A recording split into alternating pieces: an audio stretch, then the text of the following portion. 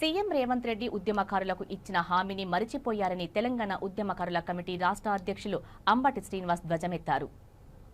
హైదరాబాద్ బాగ్లింగంపల్లి సుందరయ్య విజ్ఞాన కేంద్రంలో తెలంగాణ ఉద్యమకారుల యాక్షన్ కమిటీ ఆధ్వర్యంలో స్టీరింగ్ కమిటీ సమావేశాన్ని ఏర్పాటు చేశారు. ఈ సందర్భంగా ఆయన మాట్లాడుతూ గతంలో బీఆర్ఎస్ ప్రభుత్వం 10 ఏళ్లు పాలించి మాటలతోనే కాలం గడిపిందని దుయ్యబట్టారు. సీఎం రేవంత్ రెడ్డి కూడా ఇచ్చిన హామీలను మరిచిపోవడం ఎంతవరకు సమంజసమని ప్రశ్నించారు.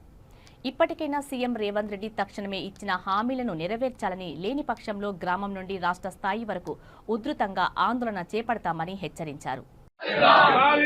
ఉద్యమకారుల హక్కులు నెరవేర్చేంత వరకు, ఉద్యమకారులు కళాకారుల హక్కులు నెరవేర్చేంత వరకు, ఉద్యమకారులు కళాకారుల హక్కులు నెరవేర్చేంత వరకు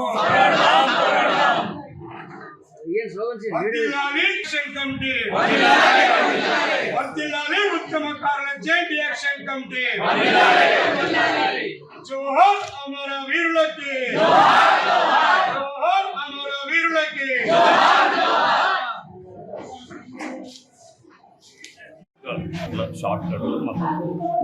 నా పేరు అంబటి శ్రీనివాస్, వరంగల్. 1200 మంది ఆత్మ బలిదానాల మీద ఏర్పడ్డ తెలంగాణ రాష్ట్రాన్ని 10 సంవత్సరములు పరిపాలించిన కల్వకుంట్ల చంద్రశేఖరరావు చట్టవిరుద్ధంగా, రాజ్యాంగ విరుద్ధంగా పరిపాలన చేయడం కాకుండా అప్పుల పాలు చేసి ప్రజల మీద భారం మోపి అదే తెలంగాణ సమాజం చీదరించుకోవడంతో ముఖ్యంగా ఎన్నికల సందర్భం లోపల ఇలాంటి అప్రజాస్వామికి ఈ నియంతృత్వవాది మాకు వద్దు అని 2023 లోపల ఎన్నికల సందర్భం లోపల పిసిసి అధ్యక్ష స్థానంలో రేవంత్ రెడ్డి ఇచ్చిన హామీ తెలంగాణ ఉద్యమకారులను ఆదుకుందాం, 250 గజాల స్థలం ఇస్తాం, 25,000 రూపాయల పెన్షన్ ఇస్తాం, డబుల్ బెడ్రూమ్ ఇస్తాం, అలాగనే అమరుల కుటుంబాలను కూడా ఆదుకుందామని ఇప్పటికీ 10 సంవత్సరాల కాలం గడిచిపోయింది. ఈ 10 సంవత్సరాల కాలంలో ఇప్పటి వరకు కూడా రాష్ట్ర ప్రభుత్వం ఇచ్చిన హామీని అమలు జరపలే. కాబట్టి ఇచ్చిన హామీల అమలు జరపాలనే ఉద్దేశంతో ఇవాళ స్టీరింగ్ కమిటీ సమావేశం ఏర్పాటు చేసుకోవడం జరిగింది. ఈ రాష్ట్ర ప్రభుత్వాన్ని మేము డిమాండ్ చేసేది ఒకటే, మీరు ఇచ్చిన హామీని వెంటనే అమలు జరపాలని డిమాండ్ చేస్తున్నాం.